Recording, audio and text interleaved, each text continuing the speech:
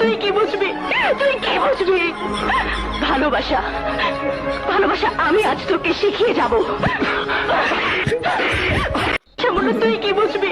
আরে দাদা, বয়সের ঘর তো 80 কোটা পার হয়ে গেছে, কিন্তু এখন তো চশমা লাগে না, চোখে তো জ্যোতি 100-তে 100। কি জিনিস আনলাম রে?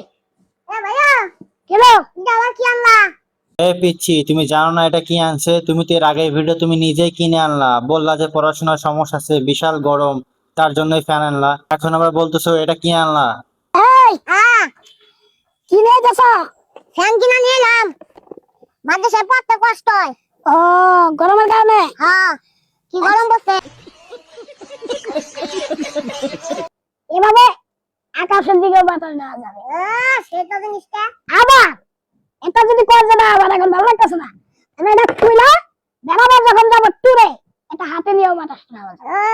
কি পুন্ঠা পুন্ঠা আছে দিন দিন, চিন্তা করা যায়, নিউটনের ভাই ওয়াল্টন। সবকিছু বুঝলাম হুজুর, কিন্তু আকাশের দিকে বাতাস দিয়ে আমি কি করব?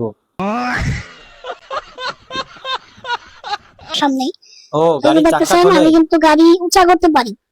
আর মোটামুটি ভালোই কুয়াশ আমার শরীরে, যার কারণেই কিন্তু গাড়ি উঁচা করতে পারলাম, আঙ্গাইতে পারলাম। বলে টাঙ্গাইলের ভাষায় বলে আঙ্গাইতে পারলাম আর কি।